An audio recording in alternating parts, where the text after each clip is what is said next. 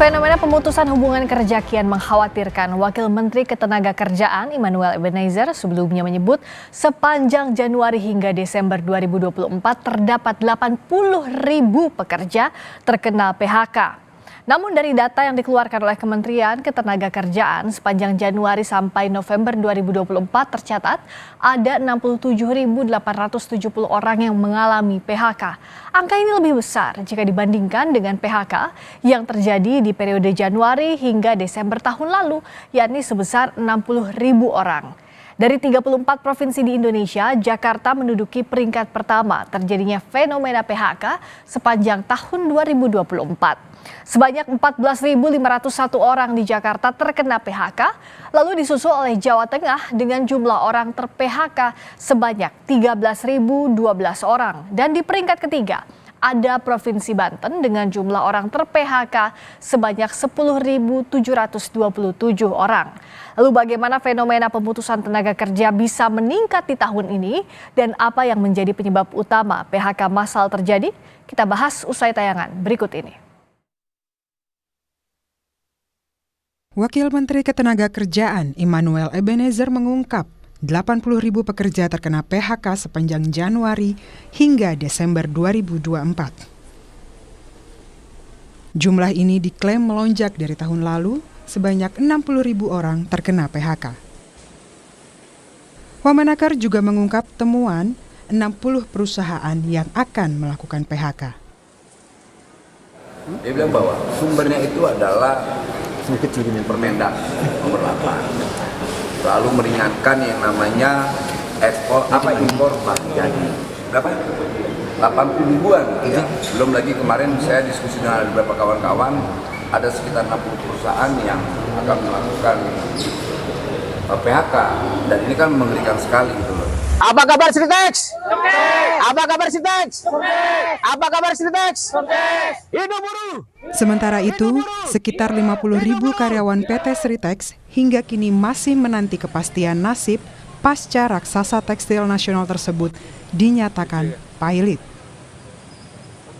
Koordinator Serikat Pekerja PT Sritex Group, Slamet Kaswanto menyatakan akan melakukan aksi di Jakarta untuk menagih janji pemerintah. Buruh PT Sritex mengaku kecewa terhadap putusan kasasi di MA. Ini membuat kami sangat kecewa sekali terhadap pemerintah. Pemerintah dalam hal ini, Presiden Republik Indonesia, Bapak Prabowo Subianto, sudah menyampaikan jangan ada PHK di Sritex ini. Tetapi upaya going concern yang sudah kami inginkan dan yang perusahaan inginkan tidak ditanggapi oleh kurator dan hakim pengawas di Pengadilan Negeri Semarang. Bantu kami yang sebenar-benarnya untuk buruh Sritex ini. Betul! Mahkamah Agung resmi menolak permohonan kasasi yang diajukan PT Sri Rezeki Isman Tbk atau PT Sritex melalui putusan pada 18 Desember lalu. Ditolaknya permohonan kasasi PT Sritex menandakan status pilot terhadap raksasa tekstil nasional tersebut. Komisaris Utama PT Sri Rezeki Isman atau Sritex, Iwan Setiawan Lukminto, saat hadir di Kementerian Perindustrian pada Oktober lalu menyebut, ada 50.000 karyawan Sritex Group yang diminta tetap bekerja seperti biasa, meskipun Pengadilan Niaga telah memutuskan Sritex pilot karena gagal bayar hutang. Dalam laporan keuangan yang dipublikasikan di Bursa Efek per Juni 2024, PT Sri Rezeki Isman atau Sritex memiliki utang sebesar 1,59 miliar dolar Amerika Serikat atau setara dengan 24,96 triliun rupiah. Jika melihat laporan keuangannya, utang ke-28 bank menjadi salah satu pos liabilitas paling besar Sritex yang mencapai 12,71 triliun rupiah. Pemerintah mengaku telah mempersiapkan sejumlah skema agar PHK massal tidak terjadi pada sekitar 50.000 karyawan PT Sritex. Dari laman resmi Kemenaker tertera sebanyak 60.870 orang terkena PHK sepanjang periode Januari hingga November 2024. Sementara angka PHK tertinggi terdapat di Provinsi Jakarta, yakni sebanyak 14.501 orang, disusul oleh Jawa Tengah dan Provinsi Banten. Angka ini lebih besar jika dibandingkan dengan jumlah PHK di tahun lalu, dengan periode Januari hingga Desember yang mencapai 60.000 orang. Langkah-langkah pemerintah untuk menyelamatkan pekerja dari PHK jadi hal yang amat dinanti. Hak-hak pekerja harus tetap terlindungi. Tim Liputan, Kompas TV.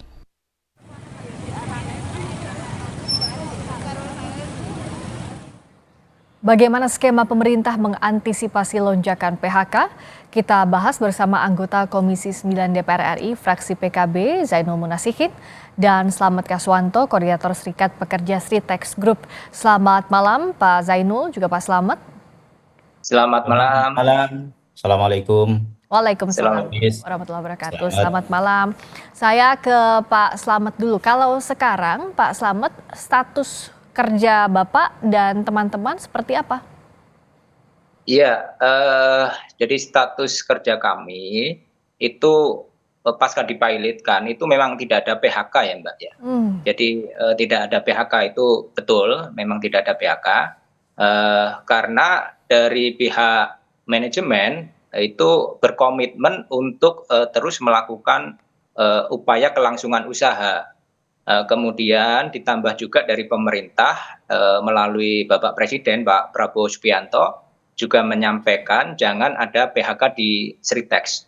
Nah artinya pada saat ini kami masih bekerja seperti biasa, cuman ada beberapa di antara rekan-rekan kami yang bahan bakunya itu sudah mulai habis, ya akhirnya dengan terpaksa tidak melakukan pekerjaan begitu. Dan itu pun dikarenakan karena proses hukum kepailitan ini kan berjalan ya Mbak ya.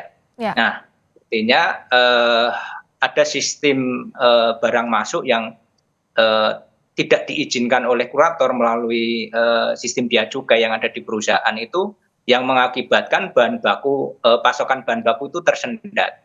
Oke, jadi ada yang bagian bahan bakunya masih terbatas ya Pak Slamet? Ya, ada yang berangsur habis, ada yang masih ada. Jadi kalau yang masih ada bisa dikerjakan. Kalau yang habis ini kan ya terpaksa harus di rumah kan tidak ada yang dikerjakan. Jadi artinya secara umum perusahaan itu masih ingin melakukan upaya kelangsungan kerja.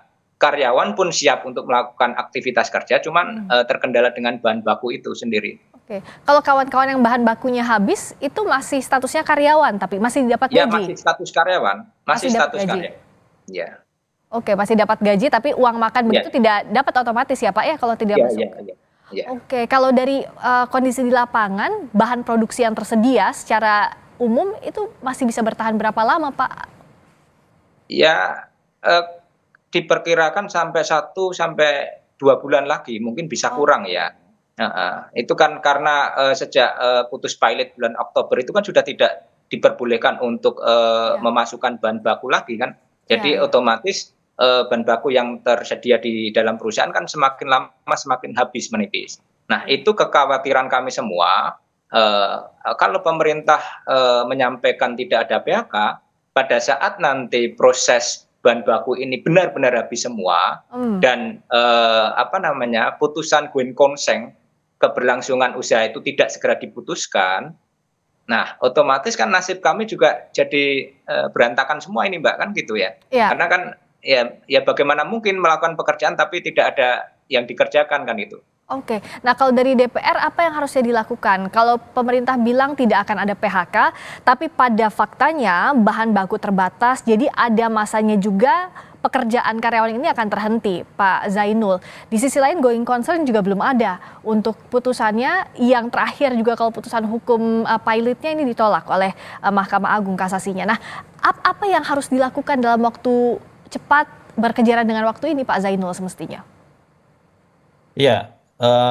Menurut saya hasil kita rapat kerja dengan Kementerian Tenaga Kerja beberapa bulan yang lalu, Menteri Tenaga Kerja sudah menyampaikan ke kita Mbak Pris bahwa ada komitmen kuat dari pemerintah kepada Pak Slamet dan juga teman-teman pekerja di Sritek bahwa memang kita ingin ada kepastian tidak ada pemutusan hubungan kerja atau PHK, dan komitmen itu kita minta diupayakan sekuat tenaga. Dan hari ini memang kita melihat Kementerian Tenaga Kerja, Pak Wamenaker selalu mengupdate ke kita juga, intens turun ke Sritek.